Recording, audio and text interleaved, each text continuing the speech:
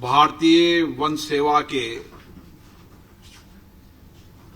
अधिकारियों के प्रशिक्षण शिविर में आज हमारे बीच में लोकसभा के महासचिव श्री उत्पल कुमार सिंह, लोकसभा के joint secretary Gaurav Goyal ji, Indira Gandhi national forest academy के डायरेक्टर गजेंद्र प्रकाश नरवाने जी,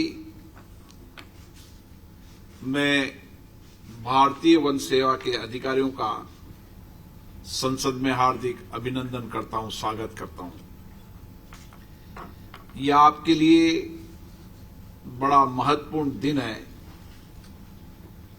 कि आप देश की 140 करोड़ जनता का प्रतिनिधित्व करने वाली संसद के अंदर आज आपका प्रशिक्षण कार्यक्रम होगा। ये आपकी जिंदगी में हमेशा अविस्मरणीय रहेगा। भारत की संसद के द्वारा किए गए काम, नीतियां, पॉलिसी, कानून विशेष रूप से हम सबका मार्गदर्शन करते हैं। ये वर्ष हमारे संविधान अंगीकार का 75 वर्ष भी है। संविधान हमारा मार्गदर्शक है। दुनिया के अंदर आज भी हम बड़े गर्व से कह सकते हैं, भारत का संविधान आज दुनिया के लिए मार्गदर्शक बन चुका है।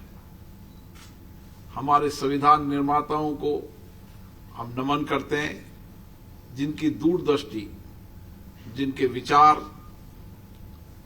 अद्भुत थे, और उसी कारण आज भी भारत का संविधान सबको न्याय, समानता, बंधुत्व, अभिव्यक्ति की आजादी, ये हमारे संविधान की मूल भावना है। जब संविधान निर्माण हुआ था उस समय हमारे सामने चुनौती थी कि हम लोकतंत्र की कौन सी प्रणाली अपनाएं। लेकिन उस समय लोकतंत्र हमारी जीवन का हिस्सा रहा है, लोकतंत्र हमारी विरासत रही है, और हमने संसदीय लोकतंत्र अपनाया। आज दुनिया के अंदर संसदीय लोकतंत्र ही शासन चलाने की सर्वश्रेष्ठ पद्धति है। और इस 75 वर्ष की यात्रा में हमने इन्हीं लोकतांत्रिक संस्थाओं के माध्यम से संवाद, चर्चा, सहमति, असहमति,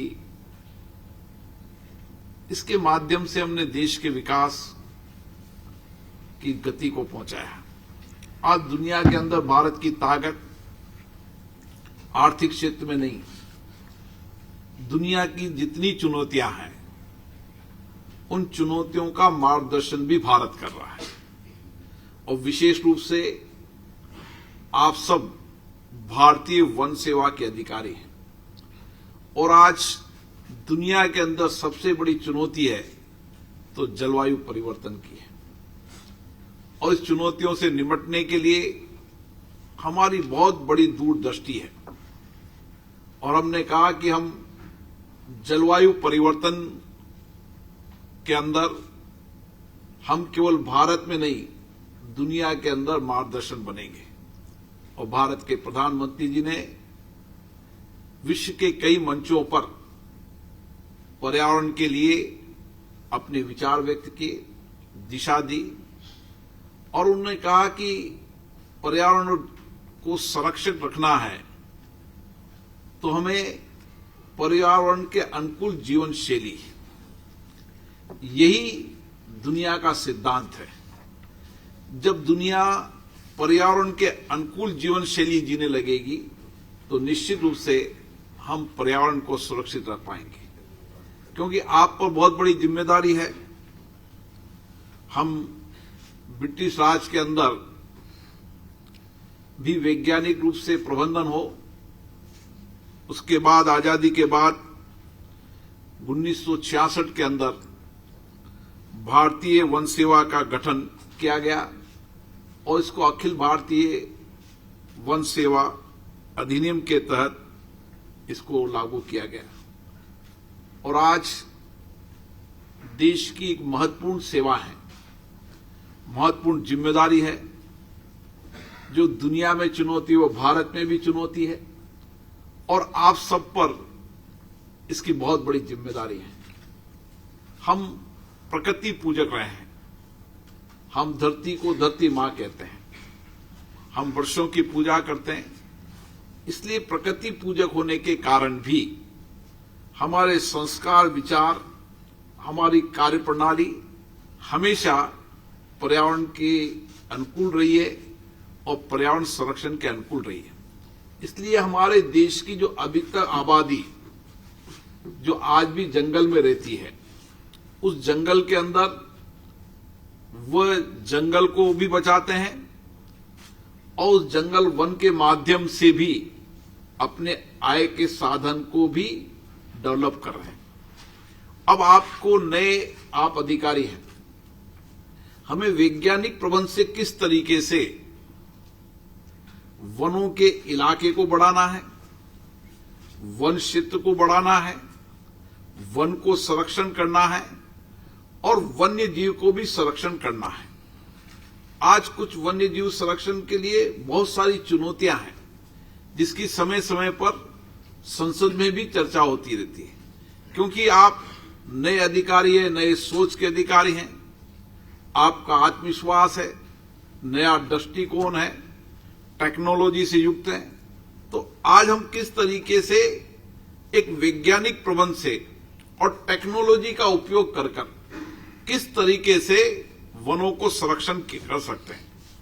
और मेरा विश्वास है आप जैसे अधिकारी जो भारत का भविष्य है, आने वाले समय के अंदर हम वन को संरक्षण भी करेंगे और जलवायु परिवर्तन से निपटने में हमारे कारगर, हमारे किए गए उपाय दुनिया के लिए मार्गदर्शन होंगे। और इसीलिए जहां एक बार वनों को संरक्षण करना है, वहां जैव संरक्षण भी हमारी जिम्मेदारी है, वन्य जीव संरक्षण भी हमारी जिम्मेदारी है। क्योंकि आज धीरे धीरे हम कई नेशनल पार्क बने हैं, वन जीव संरक्षण के लिए हमने फॉरेस्ट के कई इलाके को डेवलप किया है। उन इलाकों को डेवलप किया है तो जहां वन संरक्षण के लिए भी है, वहां पर्यटन की दृष्टि से भी महत्वपूर्ण है।